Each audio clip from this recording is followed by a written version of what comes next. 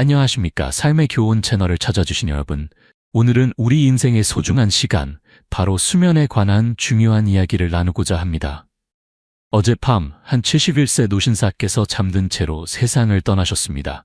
가족들은 충격에 빠졌지요. 전날까지만 해도 그분은 평소와 다름없이 건강해 보였고 특별한 건강 문제도 없었습니다.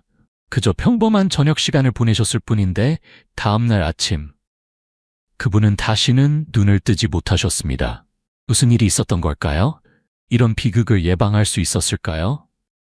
사실 70세 이후에는 특정 취침 습관들이 조용히 그러나 강력하게 우리의 건강을 위협할 수 있습니다. 이러한 습관들은 뇌졸중, 심장마비, 심지어 갑작스러운 사망 위험까지 높일 수 있습니다. 가장 안타까운 점은 대부분의 분들이 이런 실수를 하고 있다는 사실조차 모른다는 것입니다. 오늘 이 시간을 통해 70세 이상이신 분들이 반드시 피해야 할 4가지 취침 습관에 대해 말씀드리려 합니다. 이 습관들은 겉으로 보기에는 무해해 보이지만 실제로는 건강과 수명에 깊은 영향을 미칠 수 있습니다. 어떤 습관은 여러분을 놀라게 할 수도 있고 또 다른 것들은 여러분이 수년간 아무 생각 없이 해오셨을 수도 있는 일들입니다. 이 영상이 끝날 때쯤이면 여러분은 자신을 보호하고 수면의 질을 개선하며 매일 아침 더 강하고 건강하게 깨어나는 데 필요한 지식을 갖게 될 것입니다. 끝까지 함께 해주세요. 마지막에 소개할 습관은 대부분의 노년층이 모르는 사이에 매일 밤 하고 있는 것으로 심각한 위험에 자신을 노출시킬 수 있습니다. 또한 더 안전하고 건강한 수면을 위해 대신할 수 있는 방법도 알려드리겠습니다. 지금까지 저희 삶의 교훈 채널을 시청해주신 분들께 진심으로 감사드립니다. 아직 구독하지 않으셨다면 지금 바로 구독 버튼을 누르시고 알림 설정도 해두시면 좋겠습니다. 여러분의 지원이 저희가 더 좋은 콘텐츠를 만들어 여러분께 유익한 정보를 전달하는 데 큰 힘이 됩니다. 이제 시작해보겠습니다. 1. 저녁에 늦게 무거운 식사하기. 여러분, 70세 이후에 가장 위험한 취침 습관 중 하나가 바로 잠자리에 들기 직전에 무거운 식사를 하는 것입니다. 이게 뭐 대수냐 하고 생각하실지도 모르겠습니다. 어쩌면 수년간 아무 문제 없이 해오셨을 수도 있지요. 하지만 나이가 들면서 우리 몸은 예전처럼 음식을 처리하지 못합니다. 생각해보세요. 젊었을 때는 밤늦게 든든한 저녁을 먹고도 아무 탈 없이 잘 주무셨을 겁니다. 하지만 이제 70세가 넘으면 신진대사가 느려지고 소화기관의 효율이 떨어지며 음식을 분해하는 데 더 많은 시간이 필요합니다. 이로 인해 위산역류, 수면장애, 심지어 혈압 상승까지 일어날 수 있습니다. 이 모든 증상은 수면 중 심장마비와 뇌졸중 위험을 높입니다. 잠들기 직전에 무거운 식사를 하면 어떻게 될까요? 몸이 깊고 회복력 있는 수면에 집중하는 대신 소화에 바쁘게 됩니다. 위는 산을 생성하고 장은 과도하게 일하며 심장박동은 느려져야 할 시간에 오히려 빨라집니다. 이것이 몸 안에서 연쇄 반응을 일으켜 더 가볍고 불안정한 수면 상태를 유지하게 만들고 갑작스러운 심혈관 사고의 가능성을 높입니다. 예를 들어 잠자리에 들기 직전에 늦은 밤 간식으로 무거운 파스타 요리나 기름진 햄버거를 즐기셨다고 합시다.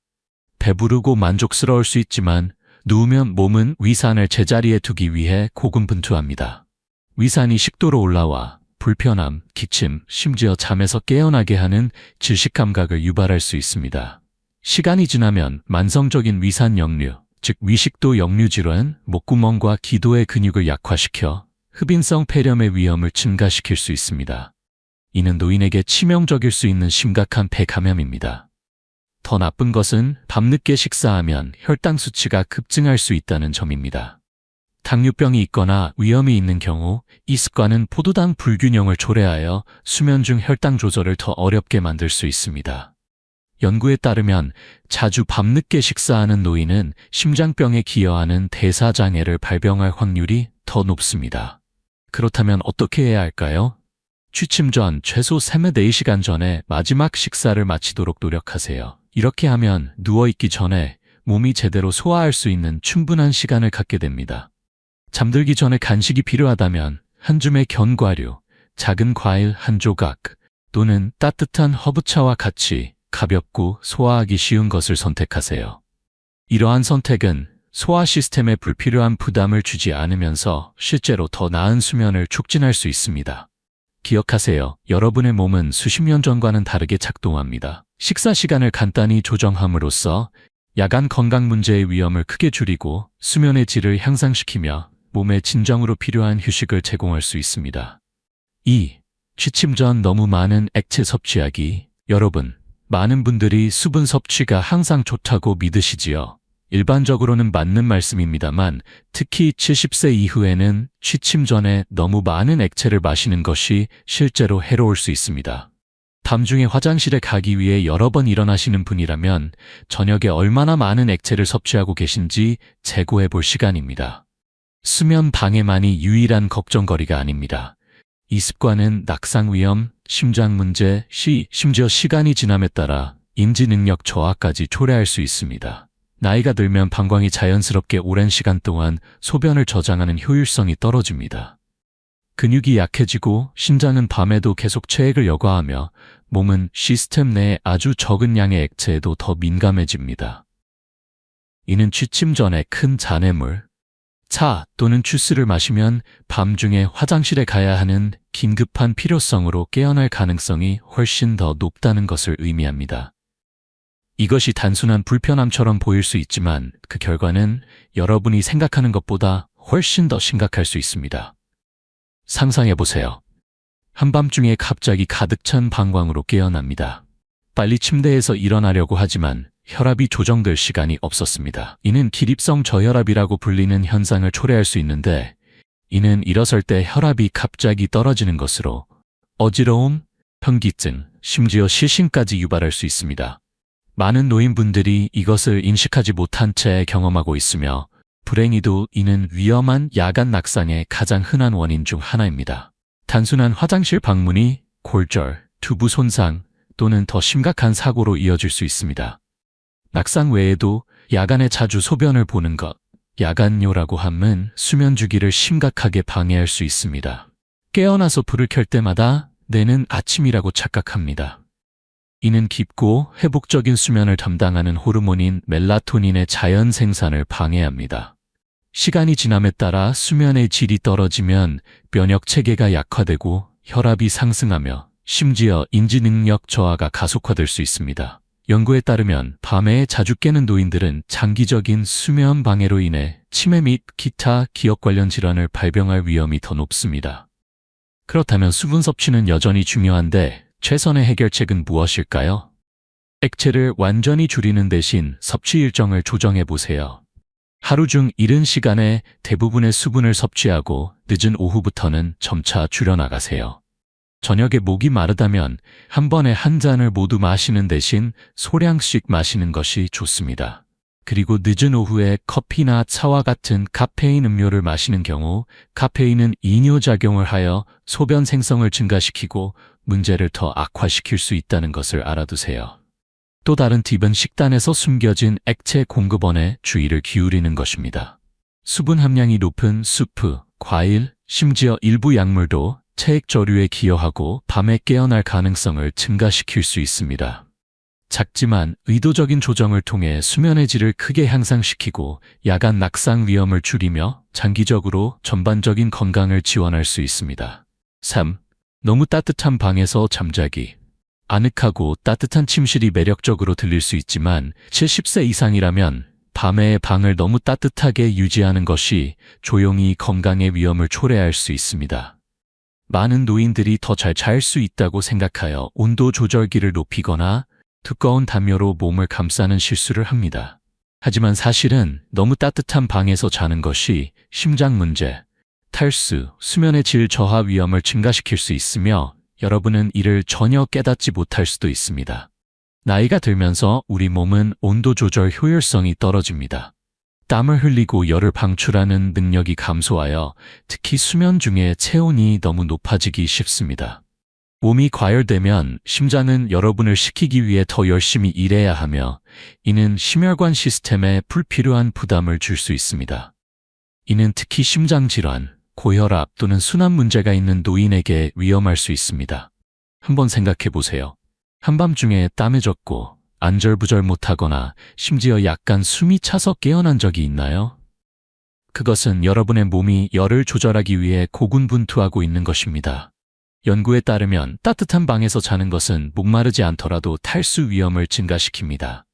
밤에 가벼운 탈수는 특히 노인에게 혈액을 더 끈적거리게 만들어 혈전, 심장마비, 뇌졸중의 위험을 증가시킬 수 있습니다.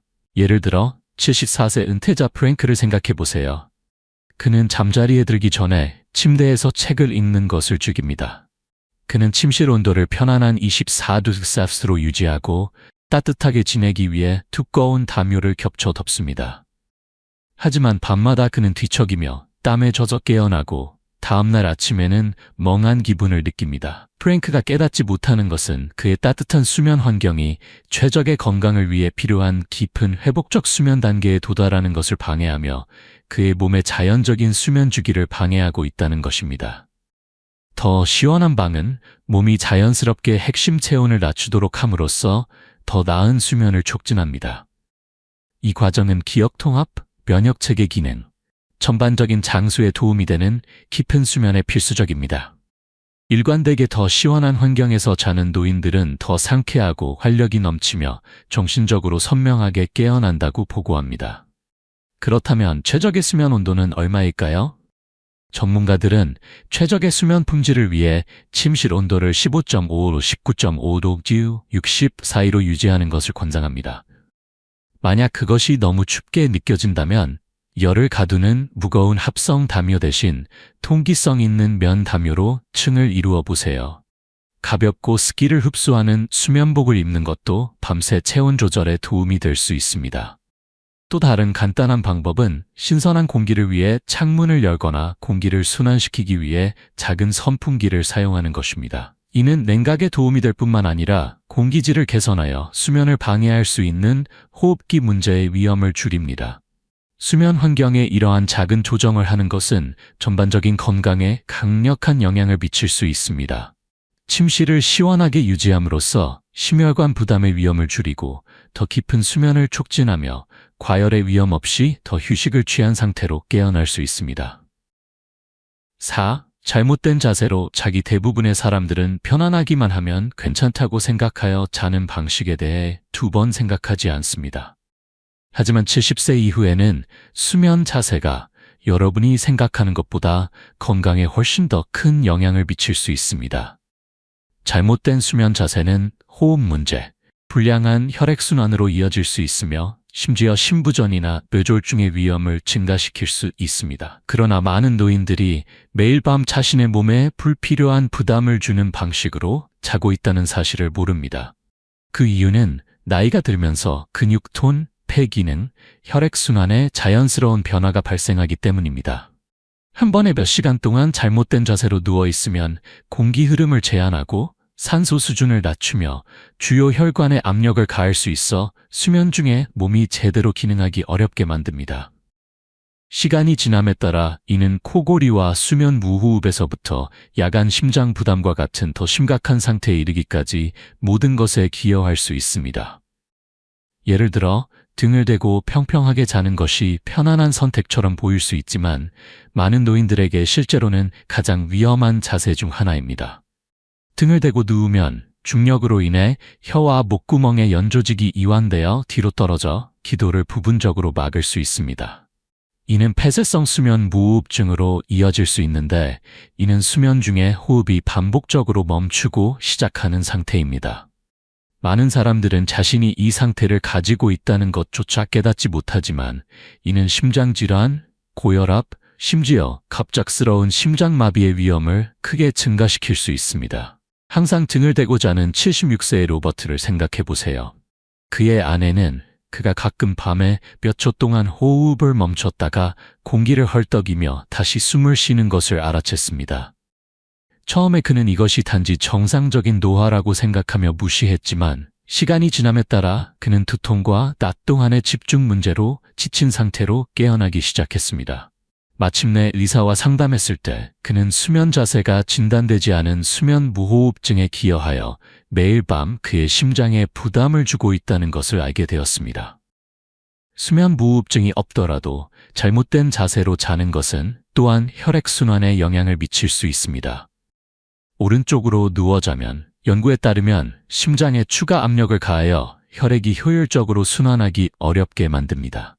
이는 시간이 지남에 따라 폐와 다리에 체액이 축적되어 우혈성 심부전이라는 상태로 이어질 수 있어 특히 심장 상태가 있는 노인들에게 걱정스럽습니다. 그렇다면 70세 이후 최선의 수면 자세는 무엇일까요? 전문가들은 가능한 한 왼쪽으로 누워 자는 것을 권장합니다. 이 자세는 혈액순환을 개선하고 심장이 더 효율적으로 펌펌질할 수 있게 하며 심지어 소화를 돕습니다.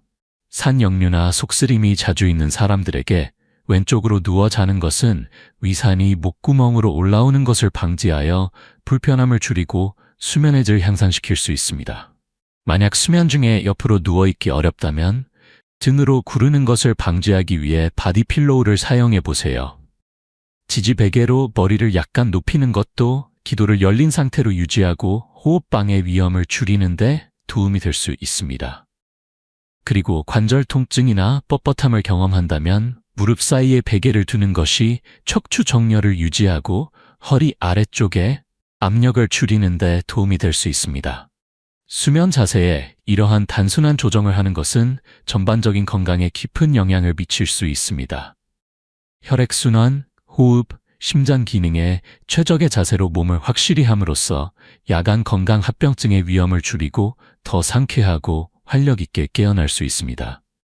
지금까지 70세 이후에 무해해 보일 수 있지만 실제로는 건강을 위험에 빠뜨릴 수 있는 4가지 취침 습관에 대해 알아보았습니다. 밤늦게 먹는 것부터 취침 전에 너무 많은 액체를 마시는 것, 방을 너무 따뜻하게 유지하는 것부터 잘못된 자세로 자는 것까지 이 각각의 습관은 조용히 심장, 수면의 질, 전반적인 웰빙에 영향을 미칠 수 있습니다.